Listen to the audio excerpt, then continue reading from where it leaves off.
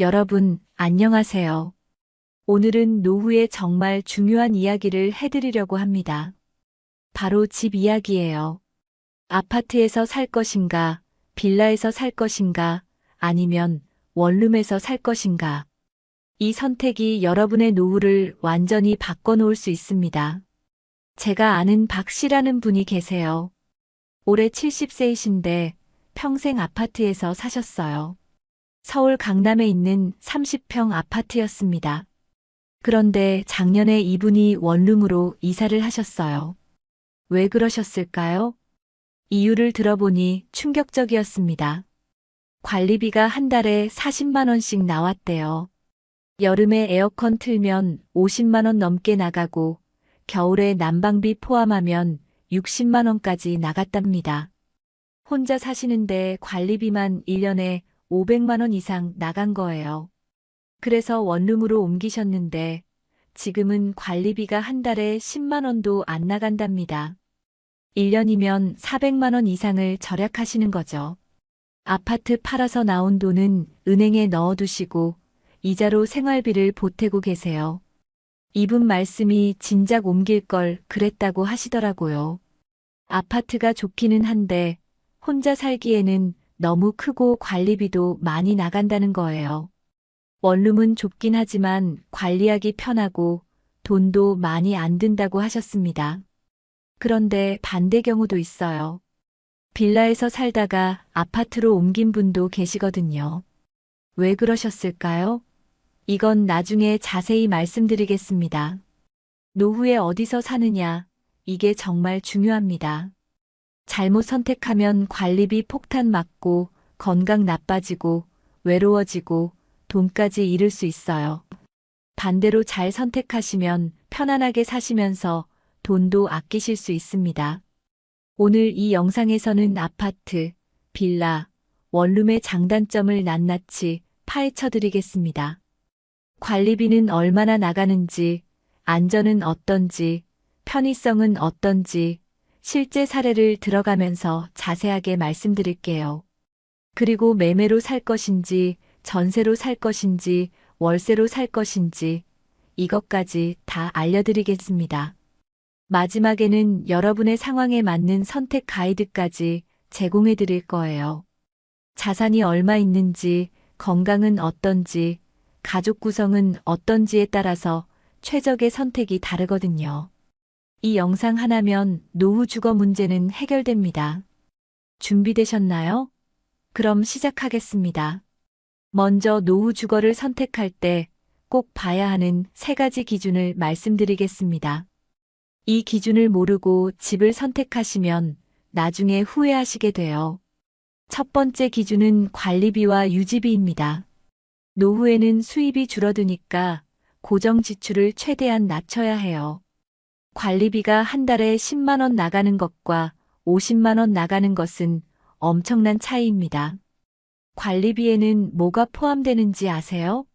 공동 전기세, 수도세, 청소비, 경비비, 승강기 유지비, 이런 것들이 다 들어갑니다. 아파트는 이게 비싸요. 왜냐하면 관리할 게 많거든요. 승강기도 있고, 경비실도 있고, 헬스장도 있고, 놀이터도 있고, 다 관리비로 나가는 겁니다. 빌라는 관리비가 저렴합니다. 보통 한 달에 5만 원에서 10만 원 정도 나가요. 승강기가 없는 경우도 많고, 경비도 없고, 관리 사무소도 없으니까요. 원룸도 비슷합니다. 한 달에 10만 원 안쪽이에요. 그런데 여기서 함정이 있어요. 관리비는 싸지만 유지비가 따로 나갈 수 있다는 겁니다. 예를 들어 보일러가 고장나면 수리비를 내가 내야 하고, 누수가 생기면 수리비를 내가 내야 하고, 아파트는 이런 게 관리비에 포함되는데 빌라나 원룸은 따로 내야 하는 경우가 많아요. 실제로 한 달 관리비를 비교해 볼게요. 서울 기준으로 말씀드리겠습니다. 아파트 30평형 혼자 거주하시는 경우 관리비가 한 달에 평균 30만 원에서 50만 원 정도 나갑니다. 여기에 전기세, 가스비 포함이에요. 여름철이나 겨울철에는 60만 원 넘게 나가기도 해요. 빌라 20평형 혼자 거주하시는 경우 관리비가 한 달에 평균 5만 원에서 10만 원 정도 나갑니다. 여기에 전기세, 가스비 추가하면 20만 원 정도 되고요. 원룸 10평형 혼자 거주하시는 경우 관리비가 한 달에 평균 3만 원에서 5만 원 정도 나갑니다. 전기세, 가스비 포함해서 15만 원 정도면 충분해요. 차이가 크죠? 아파트에서 한 달에 50만 원 내시는 분이 원룸으로 옮기시면 15만 원만 내시면 되니까 한 달에 35만 원을 아끼시는 겁니다. 1년이면 420만 원이에요. 10년이면 4,200만 원입니다. 두 번째 기준은 안전과 편의성입니다. 나이가 들수록 이게 중요해져요. 젊을 때는 계단 오르내리는 게 아무것도 아니지만 70 넘으시면 계단이 산이에요. 아파트는 승강기가 있어서 편합니다. 몇 층에 살든 버튼만 누르면 되니까요. 그리고 경비 아저씨가 있어서 안전해요. 택배도 경비실에 맡겨놓으면 되고 밤에 이상한 사람이 들어오는 것도 막아주시고 빌라는 대부분 승강기가 없어요. 특히 5층 이하 빌라는 승강기 설치 의무가 없거든요. 그래서 계단으로 오르내리셔야 합니다. 3층만 되어도 힘드실 거예요. 그리고 경비가 없으니까 치안이 좀 불안할 수 있어요. 원룸은 건물에 따라 다릅니다. 대형 오피스텔 같은 경우는 승강기도 있고 경비도 있어요. 그런데 작은 원룸 건물은 승강기도 없고 경비도 없는 경우가 많습니다. 편의 시설도 중요해요. 병원, 약국, 마트, 은행, 이런 게 가까이 있어야 합니다. 노후에는 병원 자주 가시잖아요. 집에서 10분 거리에 병원이 있는 것과 30분 거리에 있는 것은 큰 차이예요. 아파트 단지는 보통 교통이 좋은 곳에 있고 주변에 편의 시설이 많습니다. 대형마트도 가깝고 병원도 가깝고 반면 빌라는 주택가 골목에 있는 경우가 많아서 마트나 병원이 좀 멀 수 있어요. 세 번째 기준은 자산 가치와 유동성입니다. 집도 자산이잖아요. 나중에 팔아야 할 수도 있고 담보로 대출받아야 할 수도 있어요. 그럴 때 얼마나 쉽게 처분할 수 있느냐, 이게 중요합니다. 아파트는 유동성이 제일 좋습니다. 팔려고 내놓으면 보통 3개월 안에 팔려요. 수요가 많으니까요. 그리고 담보대출도 잘 나옵니다. 은행에서 아파트를 제일 좋아하거든요. 빌라는 유동성이 떨어집니다. 팔려고 내놓으면 6개월, 1년 걸리는 경우도 많아요. 특히 오래된 빌라는 아무도 안 사려고 해요. 담보대출도 아파트보다 적게 나옵니다. 원룸도 비슷해요. 투자용 원룸은 그나마 잘 팔리는데 오래된 원룸은 팔기 어렵습니다. 대출도 잘 안 나오고요. 자산 가치 측면에서 보면 아파트가 제일 안정적입니다. 집값이 떨어지더라도 아파트가 제일 덜 떨어져요.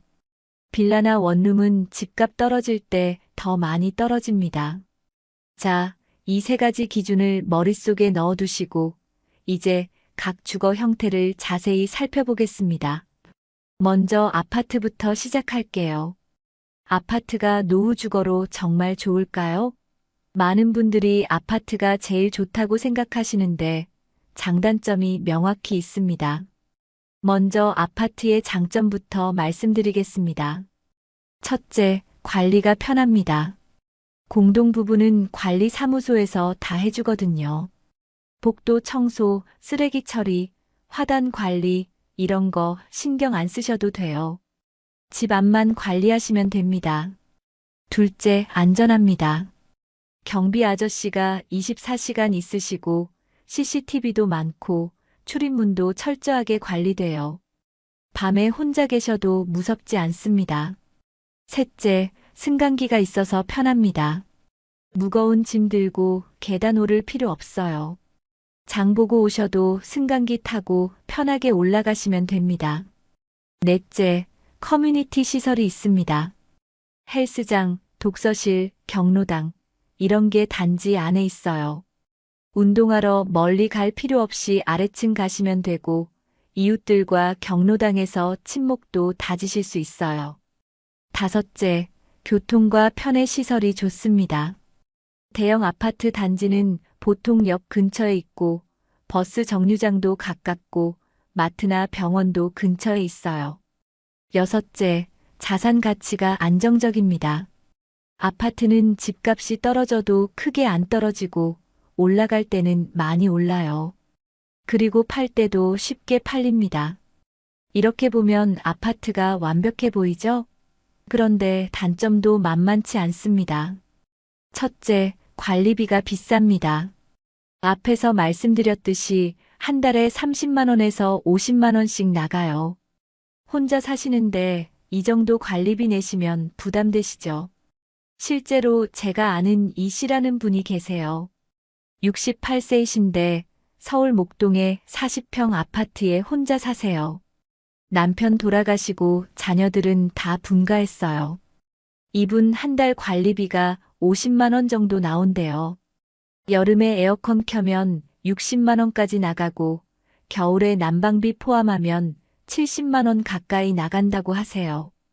국민연금이 한 달에 90만 원 받으시는데 관리비만 50만 원 나가니까 생활비가 40만 원밖에 안 남는 거예요. 그래서 이분이 고민 중이시래요. 아파트를 팔고 작은 데로 이사 갈까? 아니면 그냥 여기서 살까? 자녀들은 이사 가라고 하는데 본인은 20년 넘게 산 동네라서 정이 들어서 떠나기 싫으시대요. 둘째, 층간소음 문제가 있습니다. 위층에서 쿵쿵거리면 스트레스 받으시잖아요.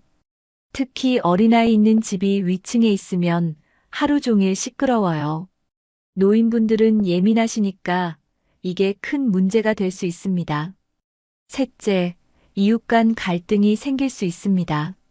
아파트는 많은 사람들이 모여 사니까 갈등도 많아요. 주차 문제로 싸우고, 소음 문제로 싸우고, 반려동물 문제로 싸우고. 나이 드신 분들은 이런 갈등이 힘드세요. 넷째, 넓은 공간이 부담될 수 있습니다. 30평, 40평 되는 집을 혼자 살면 관리하기 힘들어요. 청소하는 것도 힘들고 난방비도 많이 나가고 방이 여러 개 있어도 안 쓰는 방은 그냥 창고가 되어버리거든요. 다섯째, 재산세가 비쌉니다. 아파트 한 채 가격이 몇억 원이면 재산세도 만만치 않아요. 1년에 100만 원 이상 나가는 경우도 많습니다. 그럼 아파트가 적합한 사람은 누구일까요? 첫째, 자산이 충분하신 분입니다. 관리비 부담 없이 내실 수 있고 넓은 집 유지할 여유가 있으신 분이면 아파트가 제일 좋아요. 둘째, 건강이 안 좋으신 분입니다. 거동이 불편하시면 승강기 있는 아파트가 필수예요. 계단 오르내리기 힘드시니까요. 셋째, 사람 만나는 걸 좋아하시는 분입니다. 아파트 단지는 경로당도 있고 산책로도 있고 이웃들 만날 기회가 많아요. 외롭지 않으시려면 아파트가 좋습니다. 반대로 아파트가 부적합한 사람은 누구일까요? 첫째, 고정 수입이 적으신 분입니다. 국민연금이 100만 원도 안 되시는데 관리비 50만 원 내시면 생활이 어려워요. 둘째, 조용히 살고 싶으신 분입니다. 층간소음이나 이웃 간 갈등이 싫으시면 아파트보다는 빌라나 단독주택이 나아요. 셋째, 좁은 공간에서 간편하게 사시고 싶은 분입니다. 넓은 집 관리하기 싫으시면 아파트는 부담스러울 수 있어요. 이제 빌라에 대해 말씀드리겠습니다. 빌라는 조용하고 관리비도 싸서 좋다고 생각하시는 분들이 많은데 노후 주거로는 위험한 면이 있습니다. 먼저 빌라의 장점을 말씀드릴게요. 첫째, 관리비가 저렴합니다. 한 달에 5만 원에서 10만 원 정도면 충분해요. 아파트보다 3분의 1 수준입니다. 둘째, 조용합니다.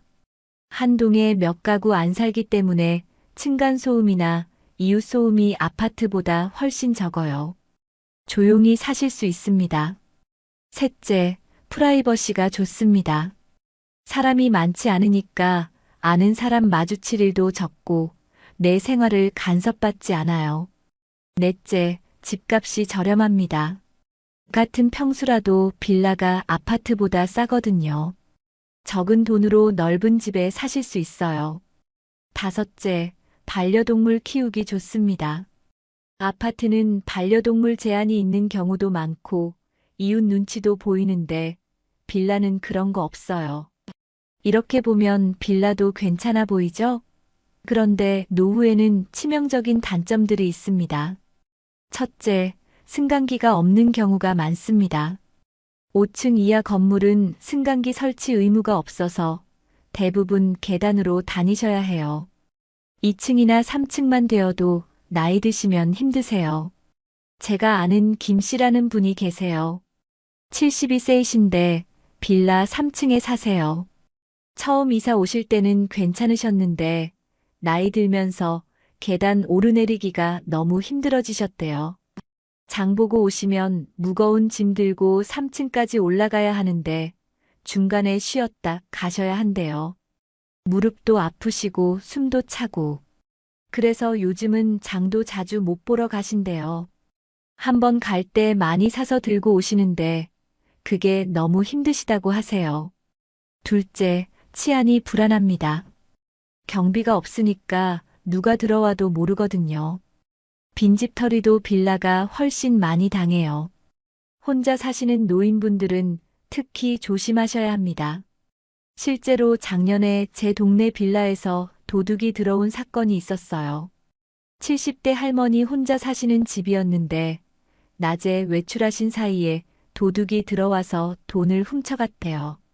빌라는 출입문이 따로 없어서 누구나 들어올 수 있거든요. 셋째, 유지비가 따로 나갑니다.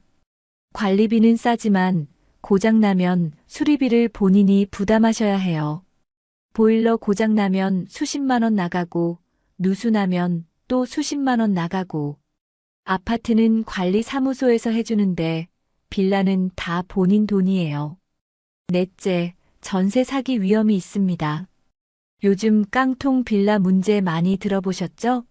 집주인이 여러 세대에 전세를 놓고 잠적해버리는 경우가 있어요. 그러면 전세금 못 받을 수도 있습니다. 실제로 이런 피해를 당하신 분이 있어요. 김 씨라는 분인데 빌라에 전세로 들어가셨어요. 전세금이 2억 원이었는데 2년 후에 계약이 끝나고 집주인한테 전세금 돌려달라고 했더니 집주인이 돈이 없다는 거예요. 알고 보니까 그 빌라에 은행 대출이 3억 원이나 있었고 다른 세입자들도 전세금을 못 받고 있었대요. 결국 경매로 넘어갔는데 낙찰가가 4억 원밖에 안 나왔어요. 은행 대출 3억 원 빼고 나면 1억 원인데 전세 세입자가 5가구니까 한 가구당 2천만 원씩밖에 못 받는 거예요. 김 씨는 2억 원을 넣었는데 2천만 원만 받은 겁니다. 1억 8천만 원을 날린 거죠. 평생 모은 돈이 한순간에 사라진 겁니다. 지금도 소송 중이시지만 돌려받기 힘들 것 같대요. 다섯째, 재건축이나 재개발이 힘듭니다. 빌라는 소유주가 여러 명이니까 의견 통일이 안 돼요. 재건축하고 싶어도 못하는 경우가 많아서 점점 낡아지기만 합니다. 여섯째, 자산 가치 하락이 빠릅니다. 오래된 빌라는 아무도 안 사려고 해요. 팔려고 내놓으면 1년 넘게 안 팔리는 경우도 많습니다. 그럼 빌라를 선택하시려면 어떻게 해야 할까요? 꼭 체크하셔야 할 것들이 있습니다. 첫째, 2층이나 1층으로 사세요. 3층 이상은 계단 때문에 힘드세요. 특히 1층은 계단 걱정이 없어서 노후에 제일 좋습니다. 다만 1층은 방범에 더 신경 쓰셔야 해요. 둘째, 등기부등본을 꼭 떼보세요. 은행 대출이 얼마나 있는지, 전세 세입자가 얼마나 있는지 확인하셔야 합니다. 전세금보다 대출이 많으면 위험한 겁니다. 셋째, 건물 상태를 꼼꼼히 확인하세요. 균열은 없는지, 누수는 없는지, 보일러는 정상인지 다 확인하셔야 해요. 나중에 수리비로 돈 많이 나갈 수 있거든요. 넷째, 주변 환경을 확인하세요.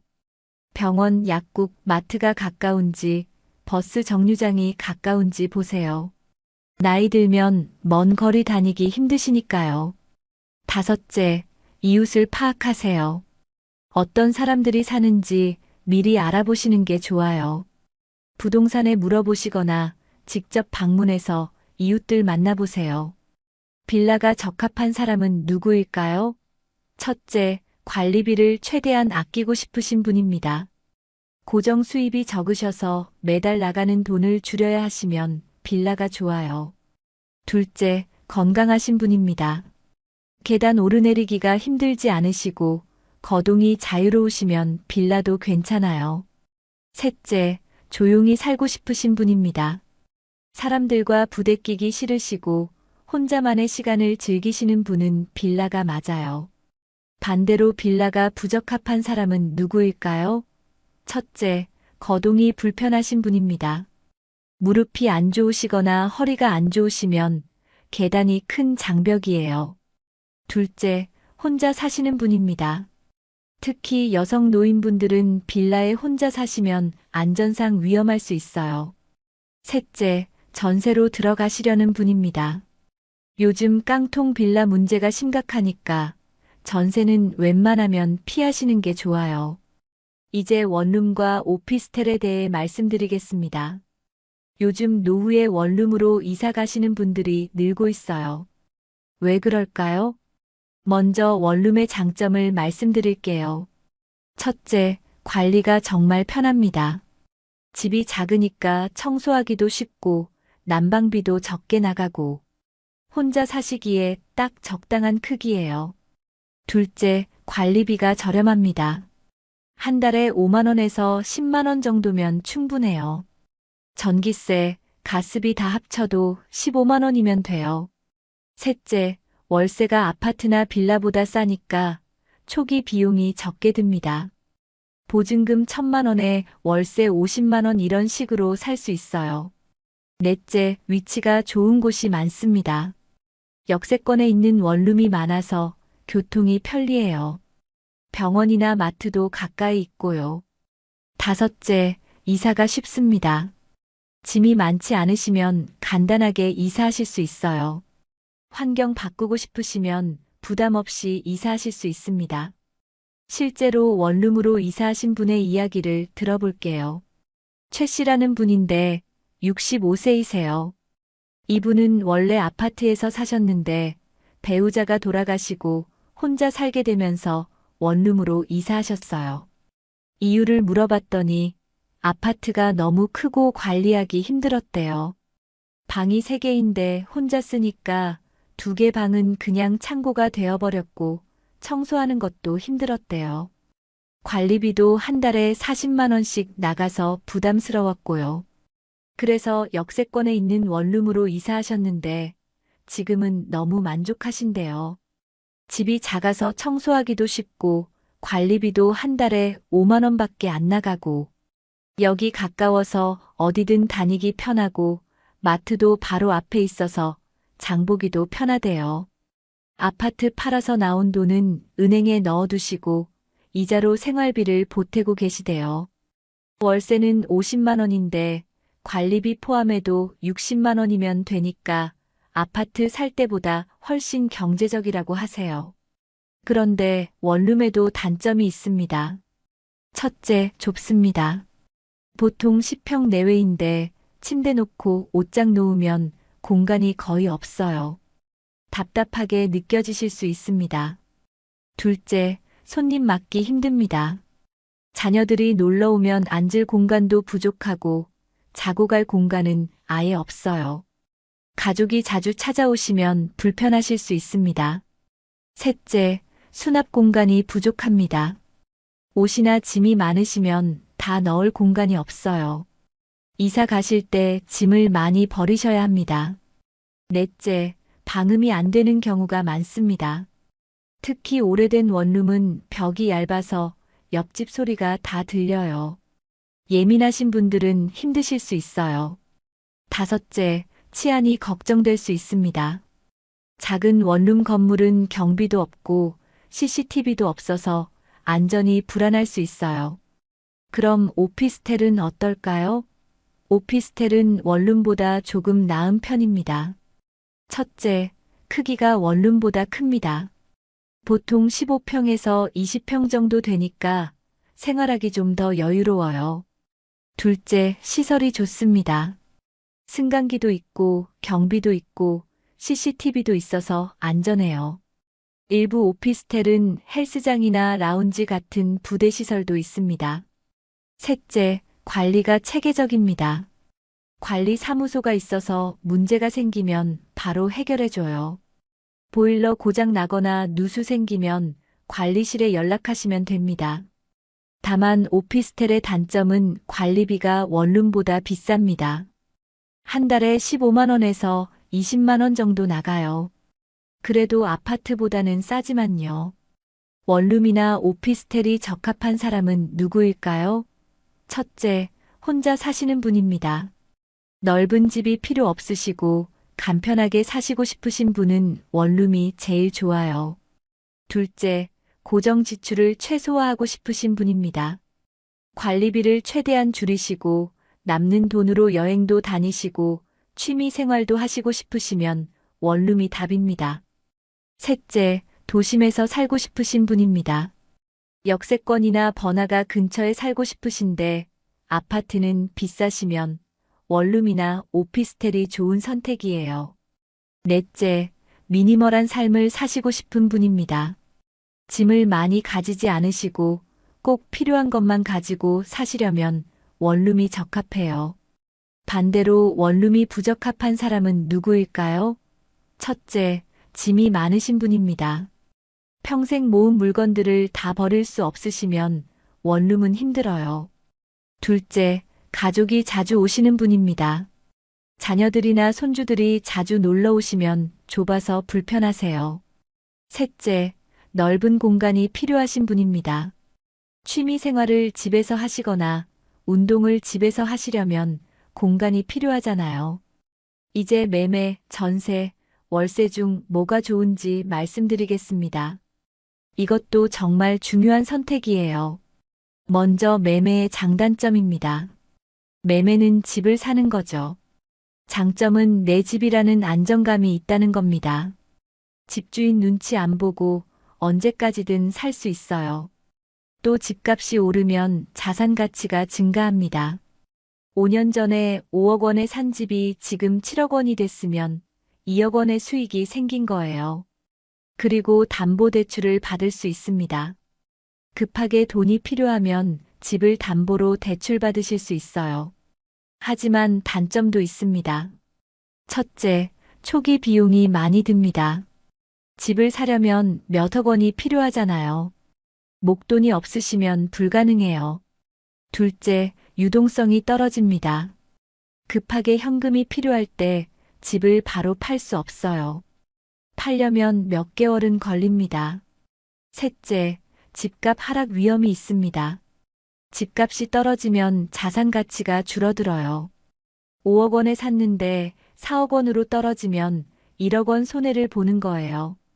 넷째, 관리비와 재산세를 내야 합니다. 집주인은 이런 비용을 다 부담하셔야 해요. 다음은 전세의 장단점입니다. 전세는 보증금을 맡기고 월세 없이 사는 거죠. 장점은 월세가 없다는 겁니다. 보증금만 맡기면 2년 동안 월세 없이 살 수 있어요. 또 보증금을 돌려받을 수 있습니다. 2년 후에 이사 나갈 때 보증금을 돌려받으니까 자산이 묶여 있긴 하지만 잃는 건 아니에요. 그리고 집주인이 관리하니까 큰 수리는 집주인이 해줘요. 보일러 고장이나 누수 같은 건 집주인 책임입니다. 하지만 단점도 있습니다. 첫째, 보증금이 많이 필요합니다. 서울 기준으로 전세 보증금이 최소 1억 원은 넘어요. 목돈이 없으시면 불가능해요. 둘째, 2년마다 이사를 가셔야 할 수도 있습니다. 집주인이 재계약을 안 해주면 나가셔야 해요.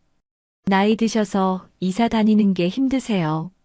셋째, 전세금을 못 받을 위험이 있습니다.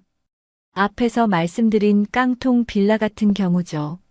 집주인이 잠적하거나 파산하면 전세금을 못 받을 수도 있어요. 넷째, 전세 대출 이자를 내야 할 수도 있습니다. 보증금이 부족해서 대출을 받으시면 매달 이자를 내셔야 해요. 마지막으로 월세의 장단점입니다. 월세는 적은 보증금에 매달 월세를 내는 거죠. 장점은 초기 비용이 적다는 겁니다. 보증금 1,000만 원이면 들어갈 수 있는 집도 많아요. 또 이사가 자유롭습니다. 계약 기간만 지키시면 언제든 이사 가실 수 있어요. 환경 바꾸고 싶으시면 부담 없이 이사하시면 됩니다. 그리고 큰 목돈이 묶이지 않습니다. 보증금이 적으니까 나머지 돈은 다른 용도로 쓰실 수 있어요. 예금에 넣어서 이자 받으시거나 투자하시거나. 하지만 단점도 있습니다. 첫째, 매달 월세를 내야 합니다. 월세가 50만 원이면 1년에 600만 원, 10년이면 6천만 원이에요. 장기적으로 보면 큰 돈입니다. 둘째, 월세가 오를 수 있습니다. 재계약할 때 집주인이 월세를 올리면 부담이 늘어나요. 셋째, 노후 불안감이 있습니다. 평생 월세를 내야 하니까 마음이 불안하실 수 있어요. 그럼 실제로 비용을 계산해 볼까요? 10년 기준으로 비교해 드리겠습니다. 매매로 5억 원짜리 아파트를 산 경우 초기 비용이 5억 원입니다. 10년 동안 관리비가 한 달에 40만 원씩 나가면 총 4,800만 원이에요. 재산세가 1년에 100만 원이면 10년에 1,000만 원이고요. 합치면 5억 6,800만 원입니다. 10년 후에 집을 팔면 5억 원 정도는 돌려받으실 테니 실제로 쓴 돈은 6,800만 원 정도 되는 거예요. 전세로 보증금 3억 원을 맡긴 경우 초기 비용이 3억 원입니다. 10년 동안 관리비가 한 달에 30만 원씩 나가면 총 3,600만 원이에요. 10년 후에 보증금 3억 원은 돌려받으시니까 실제로 쓴 돈은 3,600만 원입니다. 하지만 여기서 기회비용을 생각해야 해요. 3억 원을 은행에 넣어두면 1년에 3% 이자가 붙으니까 900만 원이에요. 10년이면 9천만 원입니다. 이걸 포기한 거니까 실제 비용은 3,600만 원 더하기 9천만 원, 총 1억 2,600만 원입니다. 월세로 보증금 5천만 원에 월세 50만 원을 내는 경우 초기 비용이 5천만 원입니다. 10년 동안 월세가 50만 원씩이면 총 6천만 원이에요. 관리비가 한 달에 10만 원씩이면 10년에 1,200만 원이고요. 합치면 5천만 원 더하기 6천만 원 더하기 1,200만 원, 총 1억 2,200만 원입니다. 10년 후에 보증금 5천만 원은 돌려받으시니까 실제로 쓴 돈은 7,200만 원입니다. 정리해 볼게요. 10년 동안 실제로 쓴 돈은 매매가 6,800만 원, 전세가 1억 2,600만 원, 월세가 7,200만 원입니다. 의외죠? 전세가 제일 비싸요. 왜 그럴까요? 전세는 큰 돈을 묶어두는 기회비용이 크기 때문입니다. 그 돈을 다른 데 투자하면 수익을 낼 수 있는데 그걸 포기하는 거니까요. 그럼 뭐가 제일 좋을까요? 상황에 따라 다릅니다. 자산이 충분하시면 매매가 제일 좋습니다. 내 집이 있다는 안정감도 있고 장기적으로 비용도 제일 적게 들어요. 자산이 중간 정도이시면 월세가 나을 수 있습니다. 보증금을 적게 맡기고 남는 돈을 예금이나 투자로 굴리시면 월세를 상쇄할 수 있어요. 자산이 적으시면 월세밖에 선택지가 없습니다. 보증금 1,000만 원에서 2천만 원 정도로 들어갈 수 있는 월세를 알아보세요. 연령대별로도 추천이 다릅니다. 50대에는 매매가 좋습니다. 아직 젊으시니까 집을 사셔도 10년, 20년은 사실 수 있어요. 60대에는 전세나 월세를 고려해 보세요. 집을 사시면 나중에 팔기도 힘들고 자산이 묶여 있어서 유동성이 떨어져요. 70대 이상은 월세가 좋습니다. 보증금을 최소화하시고 자산을 유동적으로 관리하시는 게 나아요. 이제 마지막으로 내게 맞는 선택을 어떻게 할 것인지 실전 가이드를 드리겠습니다. 첫째, 자산 규모별 추천입니다. 자산이 5억 원 이상이시면 아파트 매매를 추천합니다. 30평 정도 아파트를 사시고 평생 사세요. 자산이 2억 원에서 5억 원이시면 빌라나 오피스텔 매매를 추천합니다. 또는 작은 아파트 전세도 괜찮아요. 자산이 5천만 원에서 2억 원이시면 오피스텔이나 원룸 전세를 추천합니다. 또는 월세로 살면서 남는 돈을 굴리세요. 자산이 5천만 원 미만이시면 원룸 월세가 현실적입니다. 보증금 1천만 원에서 2천만 원, 월세 50만 원 정도로 사세요. 둘째, 건강 상태별 추천입니다. 건강하시면 빌라나 원룸도 괜찮아요. 계단 오르내리기가 힘들지 않으시면 승강기 없는 집도 살만해요. 무릎이나 허리가 안 좋으시면 반드시 승강기 있는 곳으로 가세요. 아파트나 오피스텔 또는 빌라 1층이 좋습니다. 거동이 많이 불편하시면 아파트 저층이 제일 좋아요. 비상시에 빨리 대피할 수 있고 관리도 편하니까요. 셋째, 가족 구성별 추천입니다. 부부가 함께 사시면 최소 20평은 되어야 해요. 원룸은 좁으니까 빌라나 작은 아파트가 좋습니다. 혼자 사시면 10평에서 15평 정도면 충분해요. 원룸이나 오피스텔이 적당합니다. 자녀들이 자주 놀러 오시면 방이 2개는 있어야 해요. 손님방이 필요하니까 아파트나 빌라가 좋습니다. 넷째, 지역 선택입니다. 서울에 사실 건가요? 아니면 지방으로 내려가실 건가요? 서울은 집값이 비싸지만 병원이나 편의시설이 좋아요. 지방은 집값이 싸지만 의료 인프라가 부족할 수 있어요. 서울에 남으시려면 외곽 지역을 알아보세요. 강북이나 노원, 도봉 이런 데는 집값이 상대적으로 싸요. 지하철역만 가까우면 생활하기 편합니다. 지방으로 가시려면 중소도시를 추천합니다. 대전, 광주, 대구 이런 곳은 집값도 싸고 생활 인프라도 괜찮아요. 시골 같은 데는 병원이 멀어서 불편하실 수 있어요. 다섯째, 체크리스트를 만들어 보세요. 집을 알아보실 때 이것들을 꼭 확인하세요. 승강기가 있는가? 없으면 몇 층인가? 가까운 병원이 있는가? 도보 10분 내에? 마트나 시장이 가까운가? 도보 10분 내에? 대중교통이 편리한가? 버스 정류장이나 지하철역이 가까운가? 치안은 안전한가? CCTV가 있는가? 경비가 있는가? 관리비는 얼마인가? 감당 가능한가? 건물 상태는 어떤가? 낡지 않았는가? 수리할 곳은 없는가?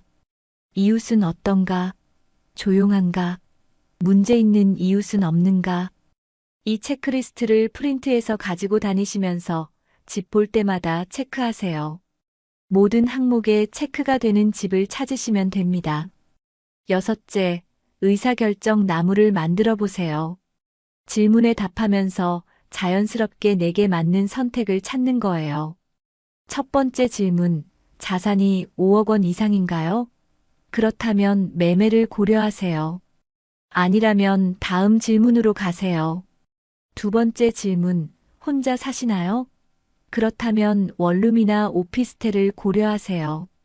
아니라면 다음 질문으로 가세요. 세 번째 질문, 건강이 안 좋으신가요?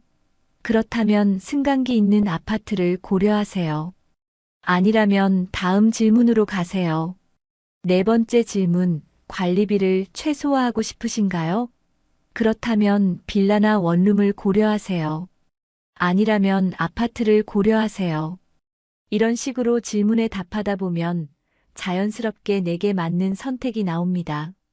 자, 여러분. 오늘 정말 많은 내용을 말씀드렸습니다. 아파트, 빌라, 원룸의 장단점, 매매, 전세, 월세의 비교, 그리고 선택 가이드까지. 머리가 복잡하시죠? 핵심만 다시 한번 정리해 드리겠습니다. 첫째, 자산이 충분하고 건강이 안 좋으시면 아파트 매매가 제일 좋습니다. 승강기 있고 관리 잘 되는 아파트에서 편하게 사세요. 둘째, 자산이 중간이고 건강하시면 빌라나 오피스텔도 괜찮습니다. 관리비를 아끼면서 조용히 사실 수 있어요. 셋째, 혼자 사시고 간편하게 살고 싶으시면 원룸이나 오피스텔이 좋습니다. 관리도 편하고 비용도 저렴해요. 넷째, 매매는 장기적으로 비용이 제일 적게 들지만 초기 자금이 많이 필요하고, 월세는 초기 자금은 적게 들지만 장기적으로 비용이 많이 나갑니다. 전세는 중간인데 기회비용을 고려하면 의외로 비쌀 수 있어요. 다섯째, 선택하기 전에 반드시 체크리스트를 확인하세요. 승강기, 병원, 마트, 교통, 치안, 관리비, 건물 상태, 이웃, 이 모든 걸 확인하시고 결정하세요. 노후 주거 선택은 정말 중요합니다. 잘못 선택하시면 돈도 많이 들고 불편하게 사시게 돼요. 오늘 말씀드린 내용 참고하셔서 여러분께 맞는 최선의 선택을 하시길 바랍니다.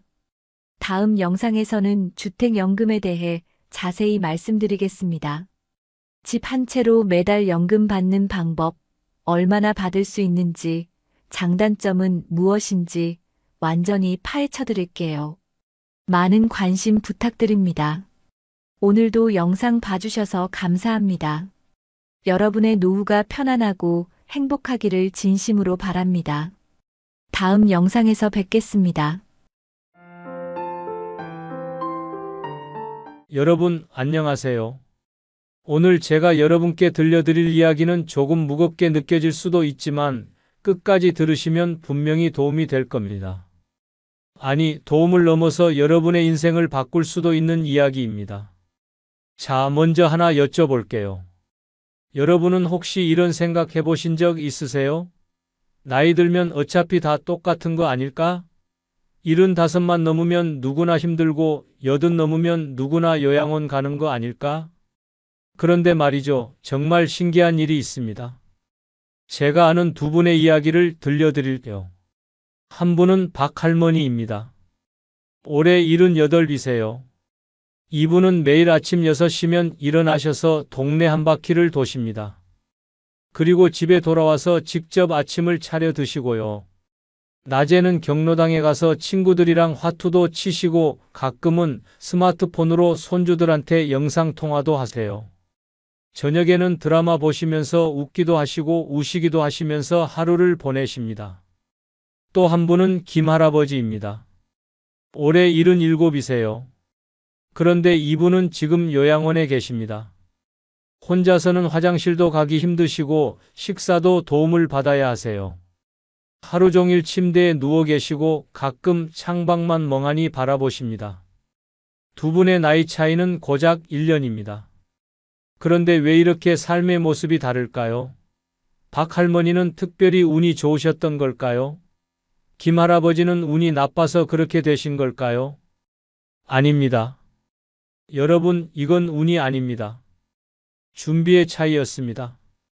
박할머니는 60살 때부터, 아니 사실은 50대 후반부터 조금씩 준비하셨어요.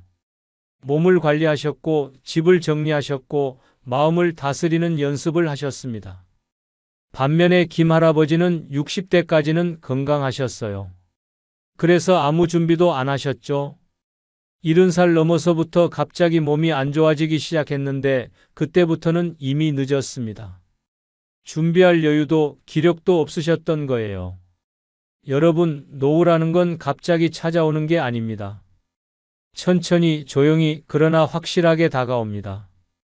그리고 그 노후가 행복할지 불행할지는 바로 지금 이 순간 여러분이 어떻게 준비하느냐에 달려 있습니다. 오늘 제가 여러분께 말씀드릴 건 6가지입니다. 이 6가지만 지키시면 75이 되어도 80이 되어도 85이 되어도 요양원에 가지 않고 내 집에서 당당하게 사실 수 있습니다. 이건 제가 만들어낸 이야기가 아닙니다. 실제로 행복한 노년을 보내고 계신 분들의 공통점을 모은 겁니다. 그분들이 어떻게 사시는지, 무엇을 준비하셨는지 하나하나 자세히 말씀드리겠습니다. 자, 준비되셨나요? 그럼 시작해 볼까요? 첫 번째입니다. 스스로 움직이는 몸을 만드는 것입니다. 여러분, 진짜 자유가 뭔지 아세요? 돈 많은 것? 자식 잘 된 것? 물론 그것도 좋습니다. 하지만 진짜 자유는 따로 있습니다. 아침에 눈 떠서 혼자 침대에서 일어나는 것, 화장실에 가고 싶을 때 혼자 걸어가는 것, 배고플 때 부엌에 가서 밥을 먹는 것, 밖에 날씨 좋을 때 문 열고 나가서 산책하는 것, 이게 바로 진짜 자유입니다. 아무리 통장에 돈이 많아도 아무리 자식이 효자여도 혼자 화장실을 못 간다면 그게 무슨 소용일까요? 누군가가 부축해야만 움직일 수 있다면 그건 자유로운 삶이 아닙니다. 제가 아는 한 할아버지는 82이세요. 그런데 이분은 아직도 혼자 마트에 가십니다. 버스 타시는 것도 문제 없으세요. 가끔은 친구들이랑 등산도 가십니다. 물론 젊은 사람들처럼 빨리 오르진 못하시지만 천천히 자기 페이스대로 오르내리십니다. 이 할아버지한테 비결이 뭐냐고 물어봤더니 이렇게 대답하시더라고요. 매일 움직였어요. 하루도 거르지 않고요. 여러분, 이게 핵심입니다. 매일 움직이는 겁니다. 특별한 운동을 할 필요도 없어요. 그냥 매일 조금씩 움직이면 됩니다. 그럼 구체적으로 어떻게 해야 할까요? 하나씩 말씀드릴게요. 제일 먼저 잠을 잘 자야 합니다. 나이 들면 잠이 안 오는 게 당연하지 이렇게 생각하시는 분들 많으세요. 그런데 그게 아닙니다. 잠을 못 자면 몸이 망가집니다. 미국에 있는 한 대학교에서 연구를 했답니다. 70대 어르신들을 10년 동안 관찰했는데요. 잠을 잘 자는 분들과 못 자는 분들을 비교했어요. 결과가 어땠을까요? 잠을 못 자는 분들은 치매에 걸릴 확률이 2배 이상 높았답니다. 왜 그럴까요? 우리가 자는 동안 뇌에서는 청소가 일어난다고 합니다. 낮 동안 쌓인 나쁜 물질들을 밤에 자면서 치운다는 거예요. 그런데 잠을 못 자면 이 청소가 안 되는 거죠. 그리고 또 하나, 잠을 못 자면 넘어지기 쉽습니다. 왜냐하면 몸의 균형을 잡는 능력이 떨어지거든요. 순간적으로 판단하는 것도 느려지고요. 그래서 계단 오르다가 화장실 가다가 넘어지는 사고가 생기는 겁니다. 그러니까 매일 밤 7시간 정도는 주무시려고 노력하세요. 잠이 안 오시면 낮에 햇빛을 많이 쬐세요. 저녁에는 커피나 녹차 같은 건 드시지 마시고요.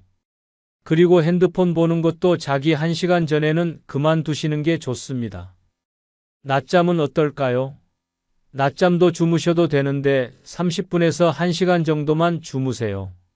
너무 길게 주무시면 밤에 잠이 안 와서 오히려 불면증이 생길 수 있습니다. 두 번째로 매일 걸으세요. 걷기가 뭐 그리 대단하냐고 생각하실 수도 있는데요. 이게 정말 중요합니다. 걷기는 온몸을 움직이는 운동입니다. 심장이 튼튼해지고 다리 근육이 유지되고 무엇보다 뇌로 가는 피의 흐름이 좋아집니다. 걷는 동안 우리 뇌는 산소를 듬뿍 받게 되거든요. 하루에 30분만 걸으세요. 아침에 걸어도 좋고 저녁에 걸어도 좋습니다. 날씨가 안 좋으면요. 집 안에서라도 왔다 갔다 하세요. 거실을 100번 왔다 갔다 해도 됩니다. 중요한 건 매일매일 하는 겁니다. 일주일에 한 번 2시간 걷는 것보다 매일 30분씩 걷는 게 훨씬 좋아요. 꾸준함이 중요합니다. 세 번째, 근육을 키우세요.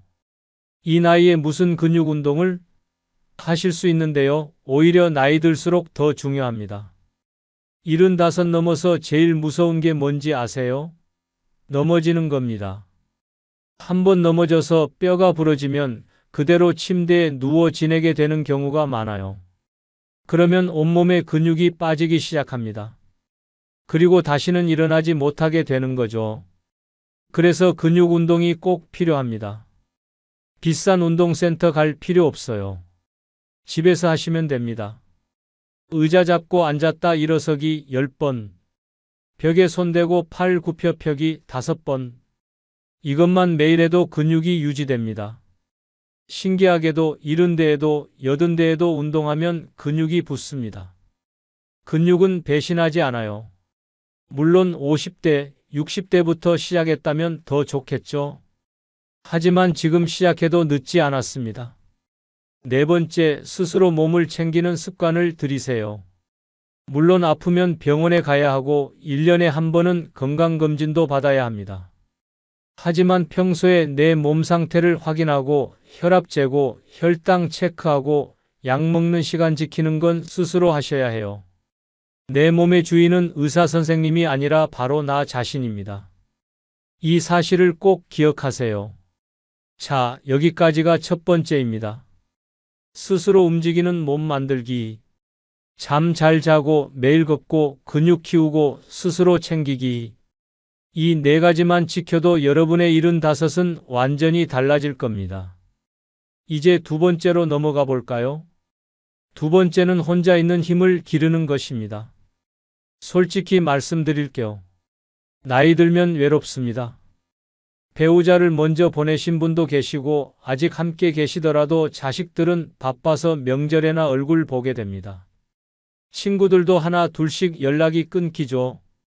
병원에 입원하셨다는 소식도 듣고 돌아가셨다는 부음도 받게 됩니다. 그래서 많은 분들이 외로움을 무척 두려워하세요. 자식이 전화를 안 하면 서운하고 친구가 연락이 없으면 섭섭하죠. 그런데 말이죠. 외로움이 정말 나쁜 것만일까요? 제가 좋아하는 한 스님의 말씀이 있습니다. 외로움은 다른 사람이 없어서 생기는 게 아니라 자기 자신과 친하지 못해서 생기는 것이다. 처음 들으면 무슨 말인지 잘 모르겠죠? 저도 처음엔 그랬어요. 그런데 곰곰이 생각해보니 정말 맞는 말이더라고요. 우리는 평생 다른 사람들과 함께 살아왔습니다. 젊었을 때는 부모님, 형제, 자매와 함께 살았고요. 결혼하고 나서는 배우자, 자식들과 함께 살았습니다. 항상 누군가가 곁에 있었어요. 그러다 보니 정작 나 자신과 단둘이 있는 시간은 별로 없었습니다. 혼자 있으면 뭘 해야 할지 모르겠는 거예요. 그래서 외로운 겁니다. 하지만 생각을 바꿔보세요. 혼자 있는 시간은 외로운 게 아니라 나를 만나는 시간입니다. 내가 정말 무엇을 좋아하는지, 무엇을 하고 싶은지, 어떤 사람인지 알아가는 시간이에요. 제가 아는 한 할머니는 75세 혼자가 되셨어요. 남편분이 돌아가시고 자식들은 다 외국에 나가 있어서 혼자 사셨죠. 처음 1년은 정말 힘드셨답니다. 집에서 혼자 울기도 많이 우셨대요. 그런데 2년째 되면서 뭔가 달라지기 시작했답니다. 혼자 있는 시간이 나쁘지 않다는 걸 알게 되신 거예요. 아침에 일어나서 내가 먹고 싶은 거 먹고 내가 보고 싶은 TV 보고 내가 하고 싶은 대로 시간을 쓰는 게 편하더래요. 지금은 오히려 혼자 있는 시간을 즐기신답니다. 조용히 차 한 잔 마시면서 창밖을 보는 시간, 옛날 앨범을 꺼내서 추억에 잠기는 시간, 좋아하는 노래를 듣는 시간. 이런 것들이 행복하시대요. 여러분도 그렇게 될 수 있습니다. 혼자 있는 시간을 두려워하지 마세요. 오히려 그 시간을 친구로 만드세요. 그럼 구체적으로 어떻게 해야 할까요? 첫째, 다른 사람한테 의존하지 않는 연습을 하세요. 쉽게 말하면 누가 안 찾아와도 괜찮은 마음을 갖는 거예요. 자식이 왜 전화를 안 하지? 친구는 왜 연락이 없지? 이렇게 생각하지 마세요. 대신 이렇게 생각해 보세요. 오늘은 혼자서 뭐하고 재미있게 놀까? 다른 사람의 관심이 아니라 내 존재 자체로 만족하는 연습을 하는 겁니다. 처음엔 어색하겠지만 점점 익숙해집니다. 둘째, 나답게 사는 법을 배우세요. 나이를 먹을수록 남의 시선 같은 건 신경 쓸 필요 없습니다. 입고 싶은 옷 입으세요. 요즘 어르신들 패션 보면 정말 멋지게 입고 다니시는 분들 많아요. 이 나이에 이런 옷을? 이런 생각 버리세요. 남한테 피해만 안 주면 됩니다. 하고 싶은 거 하세요. 그림 그리고 싶으면 그리고 노래 부르고 싶으면 부르고 춤추고 싶으면 추세요. 이 나이에 무슨 그림? 이 나이에 무슨 노래? 이런 생각도 버리세요. 제가 아는 한 할아버지는 78배 기타를 배우기 시작하셨어요. 처음엔 가족들이 말렸답니다. 아버지, 그 나이에 무슨 기타예요? 그런데 지금은 동네 경로당에서 기타 치면서 노래하시는 게 유명하세요. 매주 토요일마다 작은 공연도 하신답니다. 셋째, 새로운 걸 배워보세요. 스마트폰 사용법이든 그림 그리기든 영어든 뭐든 상관없습니다. 다만 스트레스 받지는 마세요. 젊었을 때처럼 시험 보려고 배우는 게 아니에요. 즐기려고 배우는 겁니다. 못해도 괜찮고 느려도 괜찮습니다. 배우는 그 과정 자체가 즐거운 거예요. 혼자 있는 힘을 기르면 외로움이 무섭지 않습니다. 오히려 혼자 있는 시간이 소중해집니다. 그리고 그런 사람은 다른 사람들도 좋아합니다. 왜냐하면 의존하지 않으니까 부담스럽지 않거든요. 자, 이제 세 번째로 넘어가 볼까요? 세 번째는 안전한 보금자리를 만드는 것입니다. 솔직하게 말씀드릴게요. 많은 분들이 요양원에 가시는 이유가 꼭 건강 때문만은 아닙니다. 물론 몸이 많이 불편하신 분도 계시지만 사실은 집에서 혼자 사는 게 너무 위험하고 힘들어서 가시는 경우가 더 많아요. 화장실 가다가 넘어질까봐 무섭고 밤에 혼자 있으면 불안하고 뭔가 문제가 생겼을 때 도움을 청할 사람이 없으니까요. 그렇다면 어떻게 해야 할까요? 집을 안전하게 만들면 됩니다. 집이 나를 지켜주는 공간이 되도록 말이죠. 먼저 안전장치부터 설치하세요. 제일 중요한 건 화장실입니다. 화장실에 손잡이를 꼭 다세요. 변기 옆에도 샤워 부스 안에도 손잡이가 있어야 합니다. 그리고 바닥을 확인하세요. 미끄러운 타일은 위험합니다. 미끄럼 방지 매트를 깔거나 아예 바닥재를 바꾸는 것도 생각해 보세요. 문턱도 없애세요. 옛날 집들은 방마다 문턱이 있는데 이게 넘어지는 주범입니다. 문턱 하나 때문에 골절되시는 분들 정말 많아요. 밤에 화장실 갈 때를 위해서 복도에 센서 등을 달아두세요. 발을 내디디면 자동으로 불이 켜지는 거요. 이게 있으면 밤에도 안전하게 다닐 수 있습니다. 계단이 있는 집이라면 양쪽에 난간을 꼭 설치하세요. 한쪽만 있으면 안 됩니다. 양쪽 다 잡을 수 있어야 안전해요. 그 다음 생활 동선을 간단하게 만드세요. 자주 쓰는 물건들은 허리 높이에 두세요. 머리 위에 무거운 냄비나 그릇을 두면 꺼내다가 떨어뜨릴 수 있습니다. 침실, 화장실, 부엌이 가까이 있도록 배치하는 것도 중요합니다. 2층에 침실이 있다면 1층으로 옮기는 것도 고려해 보세요. 매일 계단 오르내리는 게 사고의 위험을 높입니다. 요즘은 디지털 기기들도 참 편리해졌습니다. 나는 기계 잘 모르는데 하실 수 있는데요. 요즘 나온 제품들은 말만 하면 됩니다. 불 켜줘, 문 잠가줘, 응급 전화 걸어줘 이렇게 말하면 작동하는 스마트홈 기기들이 있어요. 처음엔 낯설겠지만 익숙해지면 정말 편합니다. 배달 앱도 하나쯤 배워두시면 좋아요. 몸이 안 좋아서 밖에 나가기 힘든 날에도 음식을 시켜 먹을 수 있으니까요. 자식들한테 부탁 안 해도 되고 혼자서도 잘 해결할 수 있습니다. 집 분위기도 중요합니다. 하루의 절반을 집에서 보내는데 집이 어둡고 답답하면 사람도 우울해져요. 아침에 일어나면 커튼부터 활짝 여세요. 햇빛이 들어오는 집은 기운이 다릅니다. 밝은 집에서 사는 사람은 마음도 밝아집니다. 작은 화분이라도 키워보세요. 물 주고 잎을 닦아주고 햇빛 잘 드는 곳으로 옮겨주고 이런 작은 일들이 재미있어요. 살아있는 생명을 돌보는 일은 사람 마음을 따뜻하게 만듭니다. 가족 사진이나 여행 사진을 벽에 걸어두는 것도 좋아요. 사진을 보면서 좋았던 기억을 떠올리면 혼자 있어도 외롭지 않습니다. 그리고 한 가지 더, 지역 사회와 연결되어 있어야 합니다. 지금 사시는 곳에서 걸어서 병원 갈 수 있나요? 약국은 가까이 있나요? 마트는요? 경로당이나 복지관은 근처에 있나요? 이런 것들이 정말 중요합니다.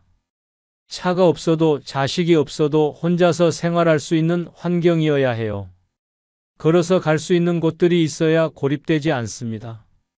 안전한 집, 편리한 집, 따뜻한 집. 이런 집에서 사는 사람은 요양원 갈 일이 없습니다.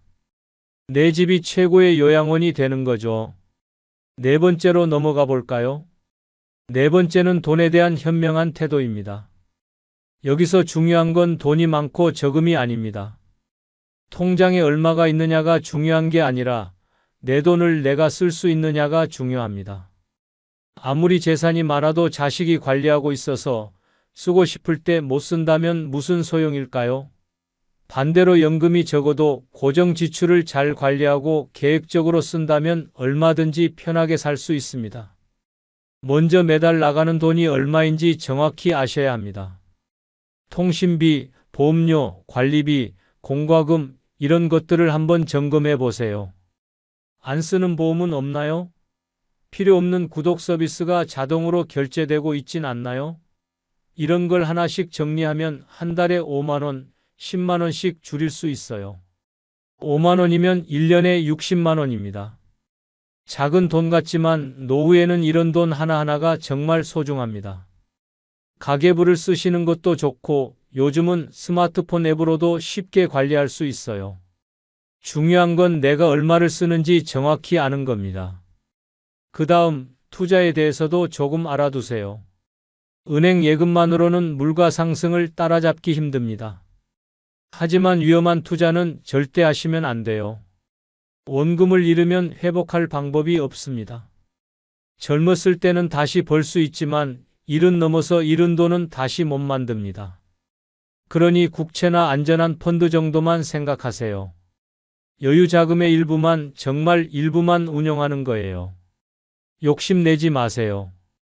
고수익 특별한 기회 원금 보장 이런 말이 나오면 일단 의심부터 하세요. 세상에 그런 건 없습니다. 특히 조심해야 할 게 사기입니다. 60대 이상, 특히 70대, 80대 어르신들이 정말 많이 당하세요. 보이스피싱이라고 들어보셨죠? 전화로 은행 직원이나 경찰을 사칭해서 돈을 빼가는 거요. 요즘은 수법이 정말 교묘합니다. 어머니, 아드님이 사고 나셨어요. 지금 당장 돈이 필요해요. 이런 전화가 오면 깜짝 놀라서 정신이 없어지죠. 그래서 속는 겁니다. 그럴 때는 일단 끊으세요. 그리고 직접 아들한테 전화하세요.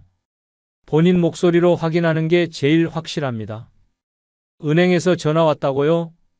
끊으세요. 그리고 여러분이 직접 은행 번호를 찾아서 전화하세요. 조금 불편해도 이게 안전합니다. 실제로 일어난 일인데요. 77살 할아버지가 평생 모은 3억 원을 사기당하셨어요.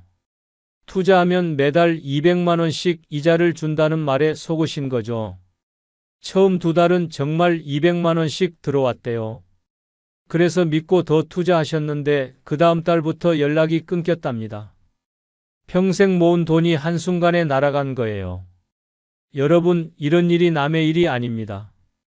조심하고 또 조심하세요. 그리고 한 가지 더 말씀드릴게요. 자식한테 너무 많이 주지 마세요. 자식 부담 안 주려고 미리 주는 거야 이렇게 생각하실 수 있는데요. 여러분의 노후 자금이 먼저입니다. 자식은 자식 인생이 있습니다. 자식들이 스스로 살아가도록 하세요. 여러분이 경제적으로 자립해야 자식들도 편합니다. 나중에 돈 없어서 자식한테 손 벌리는 게 진짜 부담입니다. 그러니 지금 당당하게 내 노후를 지키세요. 미안해하실 필요 없어요. 경제적 자립, 이게 바로 존엄한 노후의 기본입니다.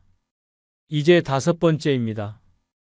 5번째는 마지막을 준비하는 용기입니다. 이 부분이 어쩌면 제일 어려운 이야기일 수 있어요. 하지만 꼭 필요한 이야기입니다. 우리는 모두 늙고 결국 죽습니다.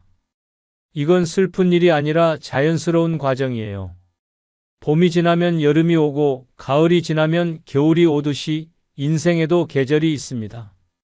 문제는 이 사실을 외면하고 살다가 갑자기 마주쳤을 때 공황에 빠진다는 거예요. 그래서 미리 준비하는 게 필요합니다. 아직 그런 건 이르지 않아? 하실 수 있는데요. 오히려 건강할 때가 적기입니다. 정신이 맑고 판단력이 있을 때 내 뜻을 밝혀두는 게 제일 좋아요. 유언장을 쓰세요. 거창한 거 아닙니다. 재산을 어떻게 나눌 건지, 장례는 어떻게 치를 건지 간단하게 적어두는 거예요. 그리고 연명 의료 의향서도 작성하세요. 내가 의식이 없는 상태가 되었을 때 인공호흡기를 달 건지 말 건지 이런 걸 미리 정해두는 겁니다. 이게 왜 중요하냐면요. 나중에 가족들이 혼란스러워하지 않기 때문입니다. 내가 원하는 게 분명하면 가족들도 결정하기 쉬워요. 자식들끼리 싸우지도 않고요. 그리고 죽음을 자연스러운 과정으로 보는 연습을 하세요. 죽음은 끝이 아니라 삶의 완성입니다. 한 스님이 이런 말씀을 하셨어요. 죽음을 두려워하는 것은 살아있는 순간을 온전히 살지 못하기 때문이다. 정말 맞는 말씀입니다. 죽음을 받아들이면 오히려 지금 이 순간이 더 소중해집니다. 오늘이, 지금이, 이 순간이 더 빛나게 느껴져요. 삶의 마무리를 스스로 디자인해 보세요. 어떤 모습으로 기억되고 싶으세요? 가족들에게 어떤 말을 남기고 싶으세요? 영상 편지를 남기시는 것도 좋고 자서전을 쓰시는 것도 좋아요. 거창할 필요 없습니다. 너희들 건강하고 행복했으면 좋겠다, 이런 짧은 메시지 하나만으로도 충분해요. 손주들에게 할아버지, 할머니가 어떻게 살았는지, 무엇을 중요하게 생각했는지 들려주세요. 그게 바로 유산입니다. 돈보다 더 값진 유산이에요. 그리고 물건도 정리하세요. 내가 죽으면 자식들이 치우겠지, 이렇게 생각하지 마세요. 자식들 입장에서는 부모님 물건 하나하나 버리는 게 얼마나 힘들까요? 지금부터 조금씩 줄여나가세요. 안 쓰는 물건은 버리거나 기부하세요. 집이 가벼워지면 마음도 가벼워집니다. 저는 이런 정리를 삶의 다이어트라고 부르고 싶어요. 물건에 대한 집착을 내려놓으면 삶 자체가 한결 편안해집니다. 마지막으로 아직 못다한 일이 있다면 지금 하세요. 나중에 하다가 영영 못할 수도 있어요. 가고 싶은 곳이 있다면 가보세요. 만나고 싶은 사람이 있다면 만나세요. 하고 싶은 말이 있다면 하세요. 사랑한다, 고맙다, 미안하다, 이런 말들 할 수 있을 때 하는 겁니다. 나중엔 할 기회가 없을 수도 있어요.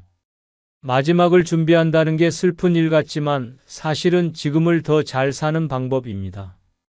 언젠가 끝이 온다는 걸 알기 때문에 지금이 더 소중한 거예요. 자, 이제 마지막 6번째입니다. 6번째는 평온한 마음을 유지하는 것입니다.